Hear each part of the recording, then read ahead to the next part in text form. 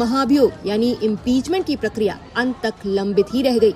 Allahabad high court में उनके सम्मान में फुल कोर्ट रेफरेंस आयोजित किया जाएगा। मतलब पूरा हाईकोर्ट उनके सम्मान में उन्हें विदाई देगा और उनके योगदान को याद करेगा और इसी के साथ उनके कार्यकाल का समापन होगा। हालांकि उनके रिटायरमेंट के साथ ही उनके खिलाफ चल रही सभी संवैधानिक कार्रवाइयों पर भी विराम लग गया, क्योंकि महाभियोग केवल कार्यरत न्यायाधीश पर ही चलाया जा सकता है।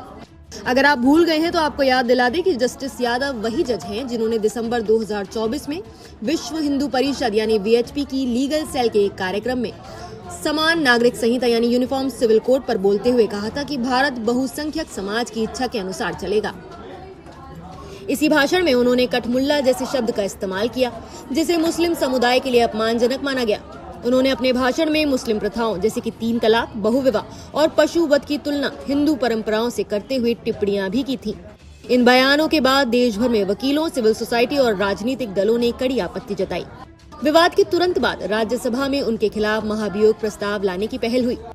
सीनियर एडवोकेट और सांसद कपिल सिब्बल ने घोषणा की थी कि जस्टिस यादव को हटाने के लिए प्रस्ताव लाया जाएगा।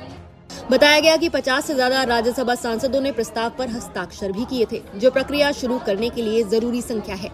लेकिन राज्यसभा सचिवालय में हस्ताक्षरों के सत्यापन के दौरान तकनीकी खामियां सामने आईं, जिससे प्रस्ताव आगे नहीं बढ़ सका। कई महीनों तक ये प्रस्ताव लंबित रहा और औपचारिक रूप से स्वीकार नहीं किया गया।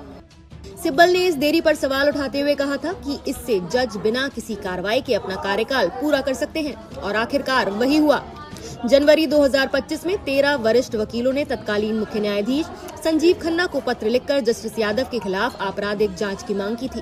सुप्रीम कोर्ट कोलिजियम ने भी आंतरिक जांच पर विचार किया, लेकिन बाद में इसे रोक दिया गया, ये कहते हुए कि मामला संसद के अधिकार क्षेत्र में है। विवाद के बाद कुछ समय के लिए जस्टिस यादव के रोस्टर में बदलाव कर उन्हें केवल सिविल मामलों तक सीमित किया गया, लेकिन बाद में उन्हें फिर से आपराधिक मामलों और जमानत याचिकाओं की सुनवाई भी सौंपी गई। ये पहला मौका नहीं था जब जस्टिस यादव के बयान चर्चा में आए। 2021 में उन्होंने एक मामले की सुनवाई के दौरान कहा था कि गाय ऑक्सीजन छोड़ती है, और ये भी सुझाव दिया था कि गाय को राष्ट्रीय पशु घोषित किया जाना चाहिए और गौ संरक्षण को मौलिक अधिकार बनाया जाए। महाभियोग प्रक्रिया किसी मौजूदा जज को हटाने के लिए होती है, इसलिए रिटायरमेंट के बाद वो स्वतः समाप्त हो जाती है। जस्टिस यादव के मामले में ना कोई जांच समिति बनी, ना ही आरोप तय हुए और ना ही संसद में कोई ट्रायल हुआ। इस तरह जस्टिस शेखर कुमार यादव अपने पद से पूरे सम्मान के साथ रिटायर हो गए, लेकिन उनके विवादित बयानों और अधूरी महाभियोग प्रक्रिया ने न्यायपालिका और जवाबदेही को लेकर कई सवाल खड़े कर दिए। फिलहाल आप इस पूरे मुद्दे पर क्या कहना चाहेंगे?